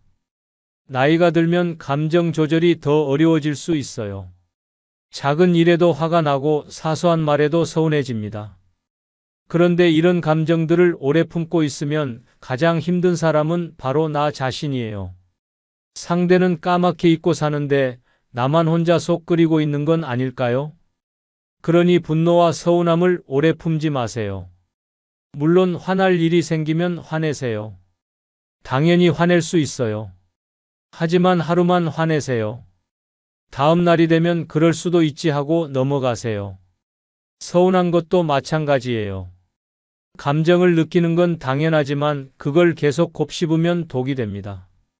제가 아는 한 할머니는 이런 방법을 쓰신답니다. 화나는 일이 있으면 그날 밤에 오늘은 이만 화내고 내일은 안 화낼 거야 하고 다짐하신대요. 그러면 신기하게도 다음 날엔 별로 화가 안 난답니다. 그리고 왜 사는가를 잃지 마세요. 나이가 들면 목적을 잃기 쉬워요. 은퇴하고 자식들 독립하고 나면 이제 내가 뭐 하고 살지? 하는 생각이 듭니다. 하지만 삶의 의미는 여전히 있습니다. 어떤 분은 화초를 키우며 생명의 소중함을 느끼고 어떤 분은 경로당에서 봉사하며 보람을 느껴요. 여러분만의 이유를 찾으세요. 아침에 눈 떴을 때 오늘은 이걸 해야지 하는 생각이 들게 만드는 무언가를 가지세요. 그게 크든 작든 상관없어요. 감사 일기를 쓰는 것도 정말 좋습니다. 매일 자기 전에 오늘 감사한 일 3가지만 적는 거예요. 날씨가 좋았다, 맛있는 거 먹었다, 몸이 아프지 않았다, 이런 사소한 것도 좋습니다. 감사하는 습관이 생기면 불평하는 습관이 줄어들어. 처음엔 쓸데없다고 느끼실 수도 있는데 계속하다 보면 감사할 일이 눈에 보이기 시작합니다. 봉사나 후원을 통해 남에게 도움이 되는 존재라는 자존감을 유지하시는 것도 좋아요. 크게 하실 필요 없어요. 동네 경로당에서 청소 도와주는 것도 봉사고 어려운 이웃에게 10,000원씩 후원하는 것도 의미 있습니다. 인생 이야기를 기록해서 젊은 세대에게 남기는 것도 훌륭한 봉사예요. 나는 아직 누군가에게 필요한 사람이구나 하는 느낌이 들면 삶의 활력이 생깁니다. 나이가 들었다고 쓸모없는 사람이 되는 게 아니에요. 명상이나 호흡, 자연 산책도 마음을 평온하게 만들어줍니다. 특히 복잡한 생각이 많은 날에는 조용히 앉아서 숨만 쉬어보세요. 들이쉬는 숨에 집중하고 내쉬는 숨에 집중하세요. 5분만 해도 마음이 차분해집니다. 거창한 명상 아니에요. 그냥 숨 쉬는 것에만 집중하는 거예요. 날씨 좋은 날엔 공원에 나가보세요. 나무를 보고 새소리를 들어보세요. 자연은 아무 말 없이 우리를 위로해 줍니다. 바람 소리, 나뭇잎 흔들리는 소리, 이런 것들이 마음을 평온하게 만들어줘요. 여러분, 오늘 우리가 나눈 이야기를 한번 정리해 볼까요? 첫째, 스스로 움직이는 몸을 만드세요. 잠 잘 자고 매일 걷고 근육을 키우고 스스로 몸을 챙기세요. 둘째, 혼자 있는 힘을 기르세요. 나와 친해지고 나답게 살고 새로운 걸 배우세요. 셋째, 안전한 보금자리를 만드세요. 집을 안전하게 꾸미고 디지털 도구를 활용하고 지역 사회와 연결되세요. 넷째, 돈에 대한 현명한 태도를 가지세요. 지출을 관리하고 사기를 조심하고 자식에게 너무 많이 주지 마세요. 다섯째, 마지막을 준비하는 용기를 가지세요. 유언장을 쓰고 죽음을 받아들이고 물건을 정리하고 못다한 일을 하세요. 여섯째, 평온한 마음을 유지하세요. 화를 오래 품지 말고 삶의 목적을 찾고 감사하고 봉사하고 명상하세요. 이 6가지 어렵지 않습니다. 하나씩 천천히 시작하시면 돼요. 오늘부터 하루 30분 걷기, 오늘부터 혼자 있는 시간 즐기기, 오늘부터 집안 정리하기. 이런 식으로 하나씩 시작하세요. 여러분의 노후는 여러분이 만드는 겁니다. 65세든 75세든 85세든 지금부터 시작하세요. 이제 너무 늦었어 하고 후회하지 마세요. 지금이 가장 빠른 때입니다. 오늘이 가장 젊은 날이에요. 여러분 모두 행복한 노후를 보내시길 진심으로 바랍니다. 요양원이 아니라 내 집에서 존엄하게, 자유롭게, 행복하게 사시길 바랍니다. 오늘 이 긴 이야기를 끝까지 들어주셔서 정말 감사합니다. 이 이야기가 여러분께 조금이라도 도움이 되었으면 좋겠습니다. 혹시 주변에 이 이야기가 필요한 분이 계시다면 꼭 나눠주세요. 부모님께, 이웃 어르신께, 친구께. 좋은 이야기는 나눌수록 더 많은 사람을 행복하게 만듭니다. 그럼 다음에 또 좋은 이야기로 찾아뵙겠습니다. 오늘도 건강하시고 행복하세요. 감사합니다. 여러분, 안녕하세요. 오늘은 정말 중요한 이야기를 해드리려고 합니다. 조금 무거운 주제일 수 있지만 꼭 알아두셔야 할 내용입니다. 바로 노후에 갑자기 거지가 되는 현상에 대해서입니다. 제가 왜 이런 이야기를 꺼내느냐? 실제로 우리 주변에서 일어나고 있는 일이기 때문입니다. 퇴직금 5천만 원 받으셨던 박아무개 씨. 이분은 대기업에서 30년을 일하셨어요. 명예퇴직하시면서 퇴직금 5천만 원, 그리고 모아둔 돈까지 합쳐서 8천만 원 정도 가지고 계셨습니다. 딱 60세에 퇴직하셨죠. 그런데 이분이 63세가 되었을 때 통장 잔고가 200만 원이 채 안 남았습니다. 어떻게 이런 일이 가능할까요? 3년 만에 8천만 원이 증발해버린 겁니다. 도박을 하신 것도 아니에요. 사기를 당한 것도 아닙니다. 그냥 평범하게 우리가 다 겪을 수 있는 일들이 연달아 일어나면서 돈이 사라진 거예요.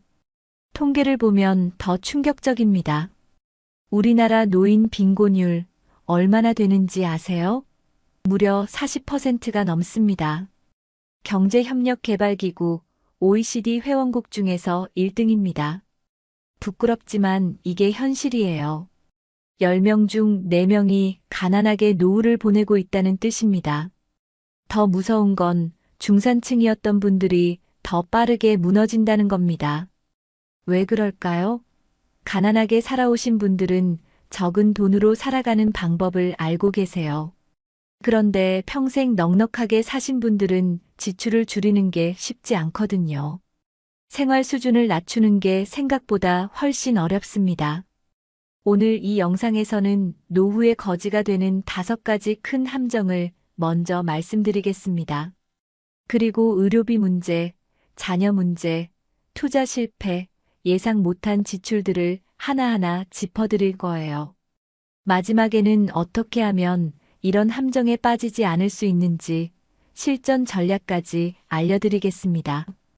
이 영상 하나만 제대로 보시면 여러분의 노후가 달라질 수 있습니다. 지금 당장은 돈이 좀 있으시더라도 방심하시면 안 됩니다. 준비되셨나요? 그럼 시작하겠습니다.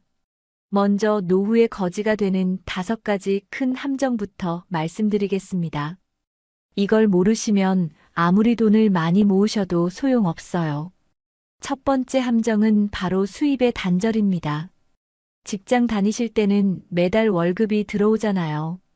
200만 원이든 300만 원이든 400만 원이든 고정적으로 들어오는 돈이 있습니다.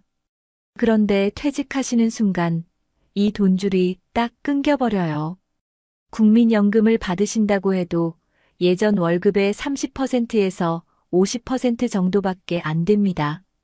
월급 300만 원 받으시던 분이 연금으로 100만 원 받게 되면 어떻게 될까요? 생활비를 3분의 1로 줄여야 합니다. 가능하신가요? 대부분 불가능합니다. 그래서 모아둔 돈을 까먹기 시작하는 거예요.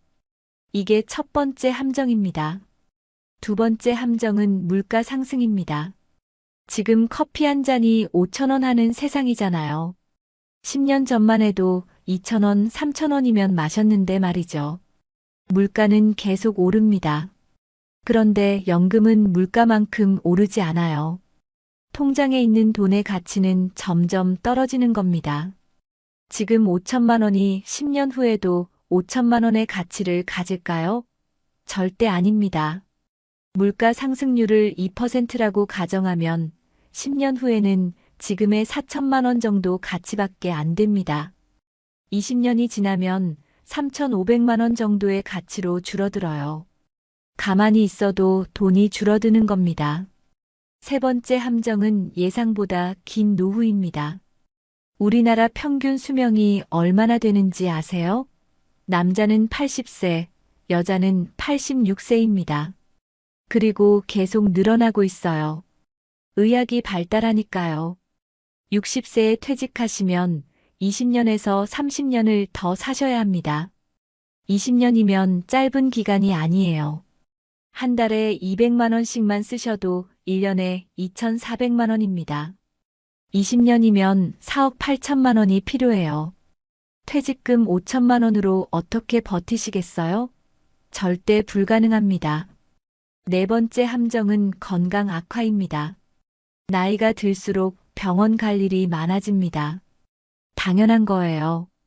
50대까지는 괜찮으세요. 그런데 60대 중반을 넘어가면 몸이 확 달라집니다. 무릎이 아프고 허리가 아프고 혈압이 오르고 당뇨가 생기고 병원비가 만만치 않게 나가기 시작해요. 저희 어머니만 해도 그래요. 70세 넘으시면서 병원을 한 달에 서너 번은 가세요. 약값만 한 달에 10만 원 정도 나갑니다. 실손보험이 있어도 본인 부담금이 있거든요. 그리고 실손보험으로 안 되는 게 훨씬 많아요. 이건 나중에 자세히 말씀드리겠습니다. 다섯 번째 함정은 감정적 지출입니다. 이게 제일 무서워요. 자녀가 결혼한다고 하면 축의금 주시잖아요. 2천만 원, 3천만 원. 손주가 태어나면 또 돈 들어갑니다. 육아비 지원해 주시고, 장난감 사주시고, 분유값 대주시고, 자녀가 사업한다고 하면 또 돈 빌려주시고, 이게 다 사랑이에요. 부모 마음입니다. 그런데 이 사랑이 여러분을 가난하게 만듭니다. 냉정하게 들리시겠지만 사실이에요. 자녀한테 퍼주시다가 정작 본인은 거지가 되시는 분들이 너무 많아요.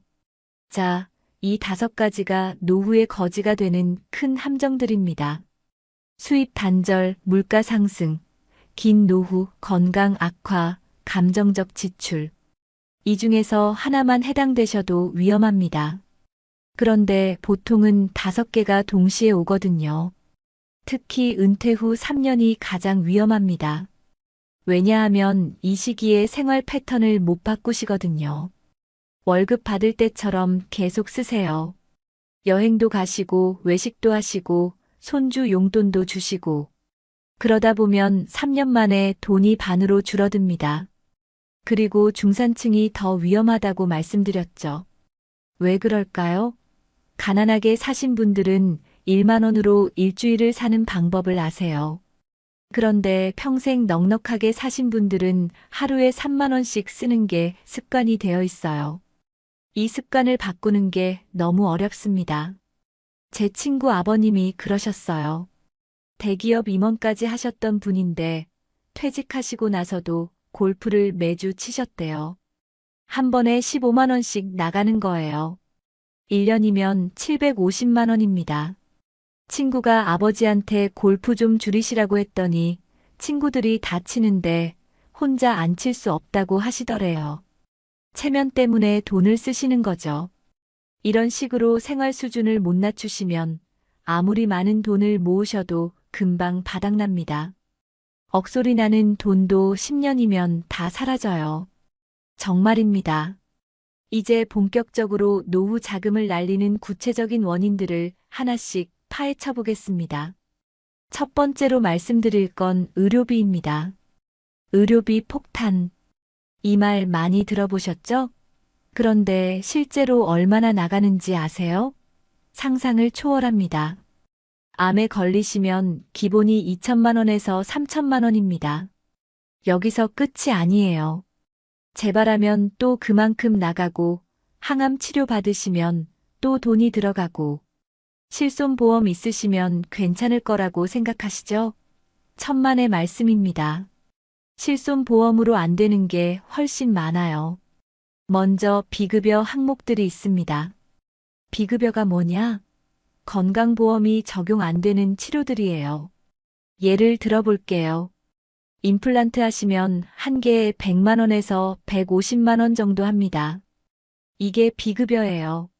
실손보험으로 일부는 받으실 수 있는데 본인 부담금이 20% 정도는 나갑니다. 임플란트 10개 하시면 1,000만 원 이상 나가는 거예요. 백내장 수술도 마찬가지입니다. 건강보험 적용되는 기본 수술이 있고 프리미엄 렌즈 쓰는 수술이 따로 있어요. 프리미엄 렌즈는 한쪽 눈에 200만 원에서 300만 원 합니다. 양쪽 눈 하면 500만 원이에요. 이것도 비급여라서 실손보험이 잘 안 나옵니다.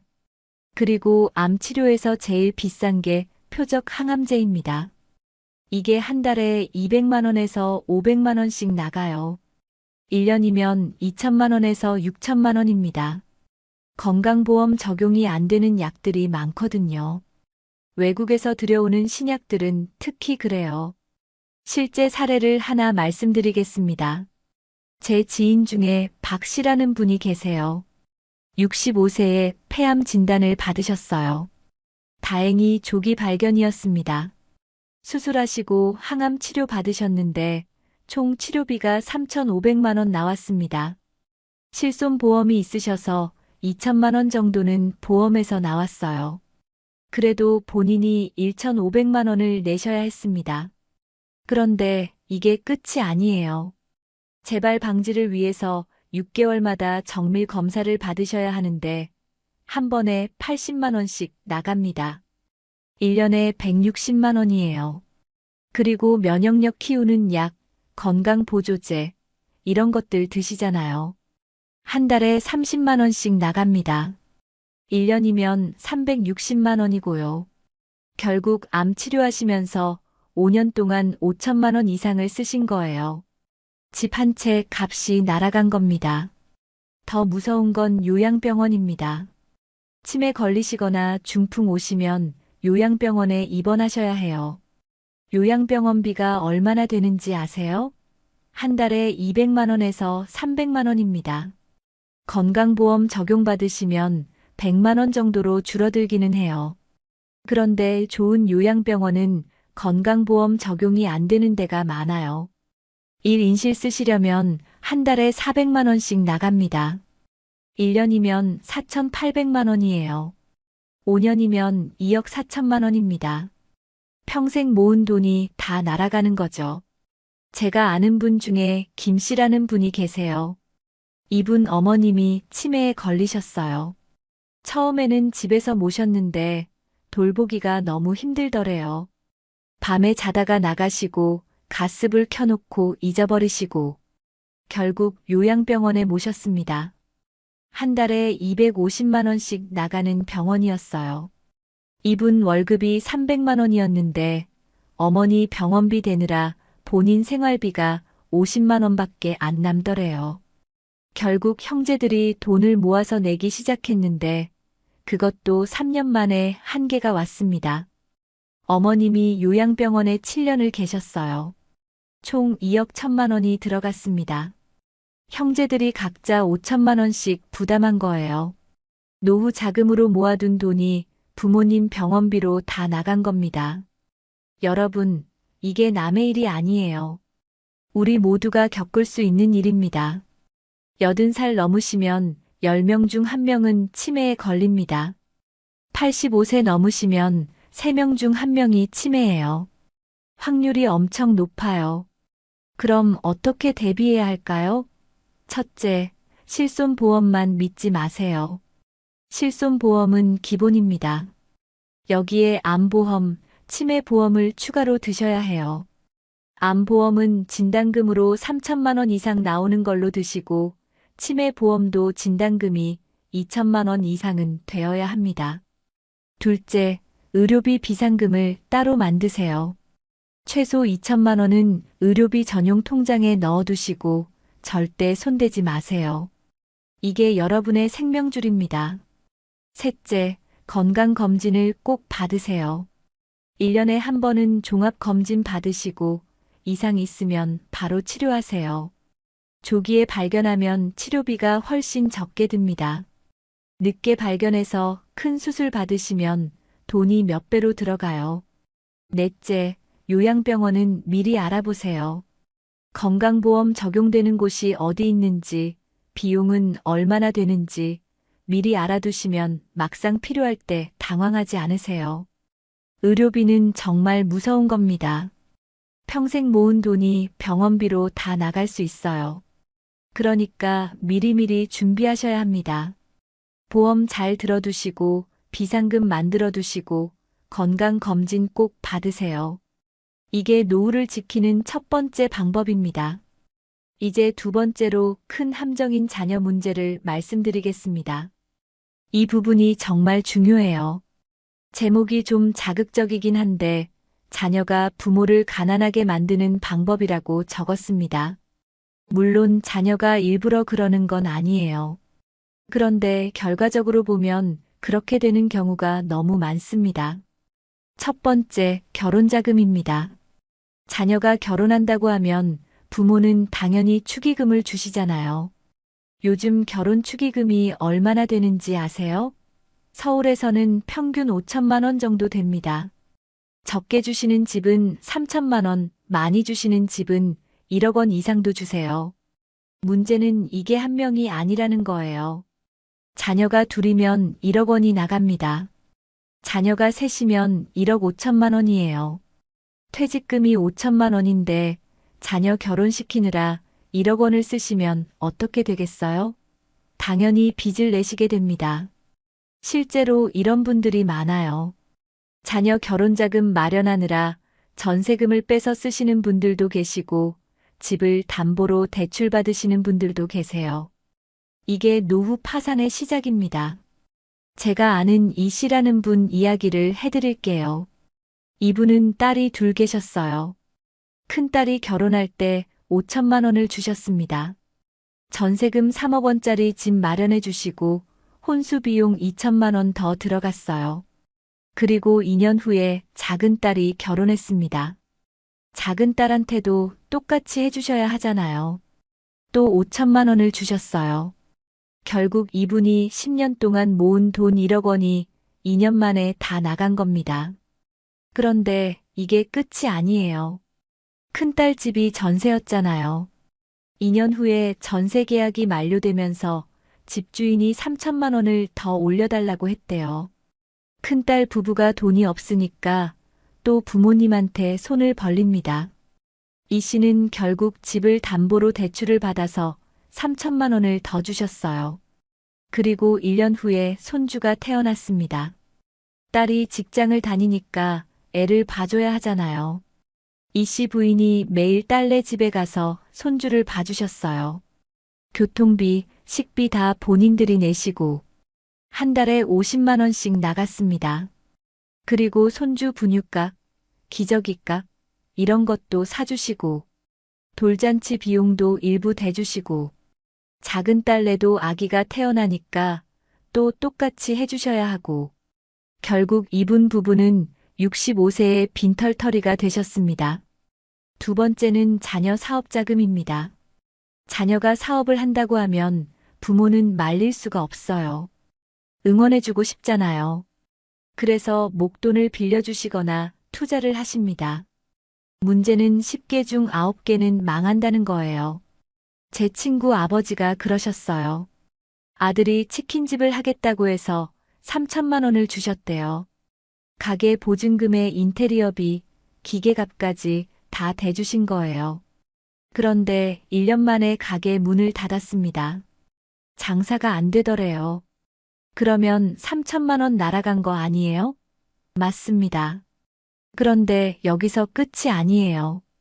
가게 정리하면서 밀린 월세, 밀린 전기세, 이런 거 갚는데 또 500만 원이 들어갔어요.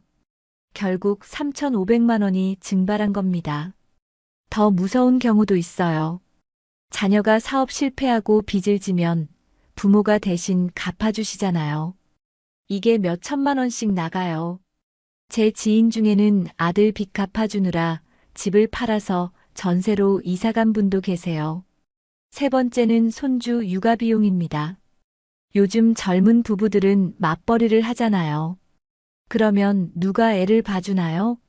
당연히 조부모님들이죠. 그런데 이게 공짜가 아니에요. 손주 봐주시면서 드는 비용이 만만치 않습니다. 일단 손주네 집에 가셔야 하니까 교통비가 나가죠. 왕복 버스비가 하루에 5천 원이면 한 달에 15만 원입니다. 그리고 손주 밥 해주시고 간식 사주시고 장난감 사주시고 한 달에 50만 원은 기본으로 나갑니다. 여기에 손주 학원비까지 대주시는 분들도 계세요. 영어 유치원 보내는데 한 달에 100만 원씩 나가는 거 부모님들이 대주시는 거예요. 1년이면 1,200만 원입니다. 3년이면 3,600만 원이에요. 제가 아는 박 씨라는 분은 손주가 셋이에요. 새 집 다 돌아다니면서 손주들 봐주시는데 한 달에 150만 원씩 쓰신대요. 1년이면 1,800만 원입니다. 5년 동안 9천만 원을 손주 육아비로 쓰신 거예요. 그럼 어떻게 해야 할까요? 냉정하게 말씀드리겠습니다. 자녀한테 무조건 퍼주시면 안 됩니다. 선을 그으셔야 해요. 첫째, 결혼자금은 능력 범위 내에서만 주세요. 자녀가 원하는 만큼 다 주시려고 하지 마세요. 내가 줄 수 있는 만큼만 주고 부족한 건 자녀들이 알아서 하게 하세요. 여러분의 노후 자금이 더 중요합니다. 둘째, 사업 자금은 절대 대주지 마세요. 자녀가 사업을 하고 싶으면 본인이 대출을 받든지 투자자를 찾든지 하게 하세요. 부모 돈으로 사업하면 10중 8구 망합니다. 본인 돈이 아니니까 소중함을 모르거든요. 셋째, 손주 육아는 봉사가 아니라 유급 근로입니다. 손주 봐주시면서 드는 비용은 당연히 자녀가 내야 해요. 교통비, 식비, 이런 거 받으세요. 미안해하지 마세요. 어린이집에 맡기면 한 달에 50만 원씩 나가는데 부모님이 공짜로 봐주시면 자녀들이 당연하게 생각해요. 넷째, 자녀와 돈 문제는 명확하게 정리하세요. 빌려주는 건지 주는 건지, 갚아야 하는 건지 안 갚아도 되는 건지 처음부터 확실하게 하세요. 나중에 갈등 생기는 것보다 처음부터 명확하게 하는 게 낫습니다. 자녀를 사랑하는 건 당연합니다. 그런데 그 사랑 때문에 여러분이 거지가 되시면 안 돼요. 자녀도 여러분이 가난하게 사시는 걸 원하지 않을 겁니다. 그러니까 선을 그으세요. 이게 자녀를 위한 길이기도 합니다. 이제 네 번째 함정인 잘못된 투자에 대해 말씀드리겠습니다. 50대 이후에 절대 하면 안 되는 투자들이 있어요. 이거 하시면 노후 자금 다 날립니다. 첫 번째, 조기 퇴직 후 창업입니다. 특히 치킨집, 카페, 편의점 같은 자영업 말이에요. 통계를 보면 50대 이상이 창업한 자영업체의 5년 생존율이 얼마나 되는지 아세요? 20%도 안 됩니다. 10명 중 8명은 망해요. 왜 그럴까요? 첫째, 경험이 없습니다. 직장 생활